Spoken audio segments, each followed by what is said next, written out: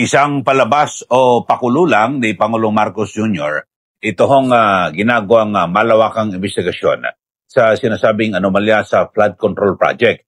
Ayon po kasi kay VP Sara Duterte, alam niyo kung talagang seryoso at gugustuhin lang daw po ni Pangulong Marcos Jr. na resolbahin at sugpuin ito pong malawakang katiwalian sa ating gobyerno, kayang-kaya raw po ng Pangulo. Pero ngayon ang pakiwari ho ni VP Sara Duterte parang meron lang pong pinagtatakpan ho dito. At nilalansi ho ng Pangulo ang publiko para lahat po tayo ay nakafocus dito po sa flood control project na ito at samantalang may kababalaghan na ginagawa.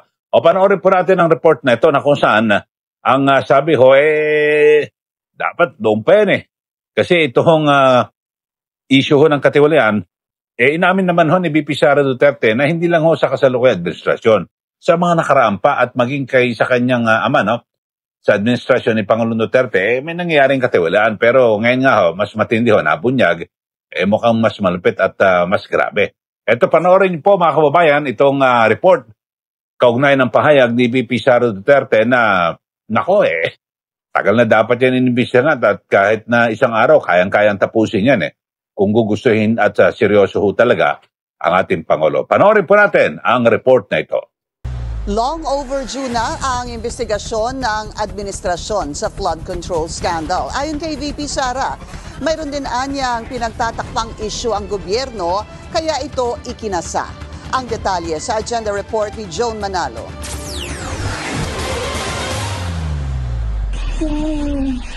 Kung seryoso lang talaga ang presidente, tapos na yan, isang araw lang, matuturo niya lahat ng may kagagawan ng korupsyon sa budget. Ito ang pahayag ni Vice President Sara Duterte sa pagsisimula ng mga pagdinig sa Senado patungkol sa flood control projects. Sa isang panayam sa The Hague, sinabi ng bise na too little too late na raw ang Marcos Jr. administration sa pagsugpo sa anomalyang ito. Alam naman na natin yung problema na corruption sa flood control. Hindi lang sa administrasyon na ito, sa mga lahat ng mga dumaan na administrasyon, hindi lang sa administrasyon ni Pangulong Duterte.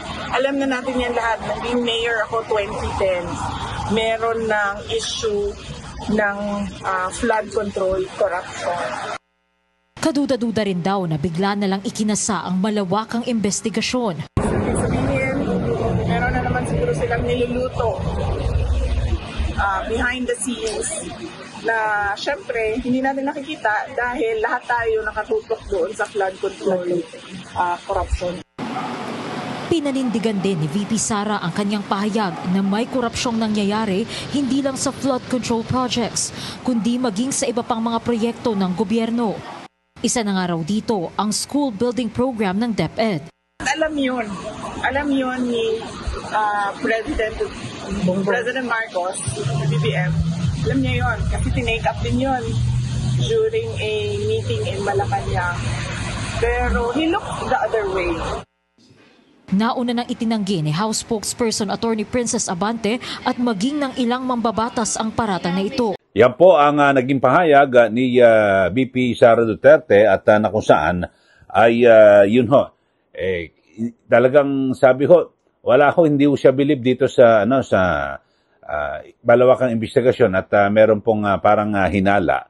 Ito pong si VP Sara Duterte na baka merong ibang ginagawa na kababalaghan. Ito pong si Pangulong Marcos Jr. So dito ho mga kababayan ay dito ho kasi alam niyo ho, yung takbo ho ng investigasyon, halimbawa sa Blue Ribbon Committee sa Senado at maging sa mababang kapulungan ng Kongreso, yan naman po ay mga in aid of legislation. At sana po ay lahat po ng ito ay meron pong magkaroon po ng magandang resulta. Ano ho itong resulta na inaabangan nating mamayan na meron pong makulong. O yun po importante, meron pong makulong, maparusahan, kontraktor, politiko, congressman man yun o senador, tapos mga opisyal ng DPWH o kung sa COA o sa PICAB na yan, lahat po may makulong ho. Kasi ngayon ay, di ba, kung inyo po matatandaan, si Janet Lim Napoles, di ba, ngayon nakakulong ho at dahil sa yung kanyang pork barrel o PDAPA scam. Yun ho. Pero masaklap yung mga nakasama niya mga politiko na nakulong din naman pero naabsuelto po sila, no? Pero at least nakapagdusa rin ha, pero naabsuelto naman ho.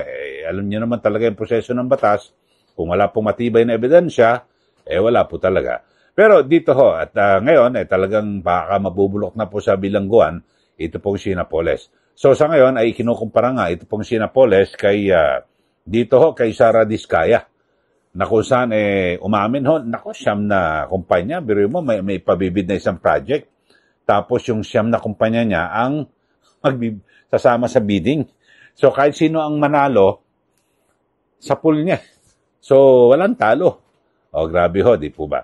Yan ho, mga kababayan. So, yun ho, tayo po yung mag-aantabay dito ho sa mga pangyayaring ito at sana po ay talagang magtuloy-tuloy ang investigasyon at maging mabilis din naman ho yung pagsasampa ng kaso. Alam niyo ho, kung totoo ho yun, kung seryoso po si Pangulo Marcos, kahit na hindi hintahin yung committee report at magiging rekomendasyon ng Senate Blue Ribbon Committee o ng Quadcom dyan po sa mababang kapulungan ng Kongreso, may mga proyekto na, yung mga, lalo na ghost project. You know, klaro, malinaw na malinaw. Na talagang may ebidensya ho yun. Yung mga pumirma, tapos na nagsabi na kompleto ang project, tapos na agad. Pwede na agad pakasuhan at ma-arrest at maipakulong. Di po ba, malitis na yan at kung ano man maging parusa ng korte, makulong, di ba? So, yun ho ang inaantay natin. Alam nyo ho, sa ating mga kababayan, nako, di ba, saktong-sakto talagang alam nyo ho yung mga pangyari dito po sa atin na kung saan ay, di ba, ibinibisto po ng kalikasan Ito hong mga sakim, mga swapang, sugapa sa kwarta. Di ba, biro nyo, bilyong-bilyong piso ang kinikita nila. Binisto na sila ng kalikasan. Nagsunod-sunod yung mga bagyo, habagat. Yan, ipinakita ito, baha, meron kayong flood control project sa papel. Meron kayong flood control project na substandard o mahinang klase. Meron nga iba, sa Iloilo, nagre-reklamo At ang construction company ho dyan ni Diskaya, ang may gawa noon, na kung saan, nung walang flood control project, hindi po bumabaha.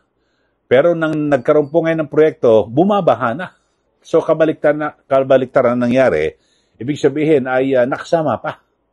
Pero nakabuti sa kontraktor. Bakit to? Kumita po sila maging ang ilang opisyal o kasabwat ng gobyerno, sa gobyerno, yung mga taga-DPWH, lahat po.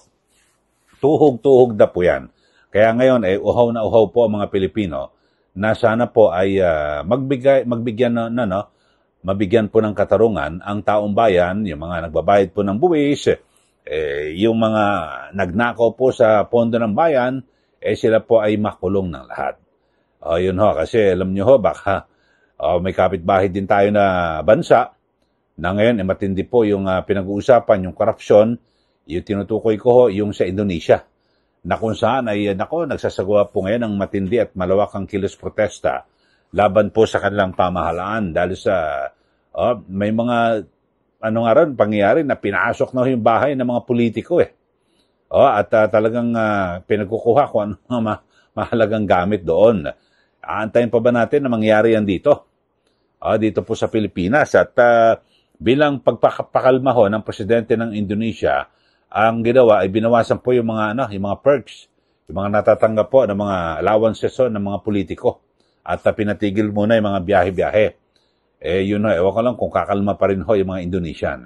Pero dito sa Pilipinas, ewan ko lang kung ano ba magiging saloobin ng mga Pilipino kapag patuloy ho na itong mga nangyayaring katiwalian dito po sa ating bansa.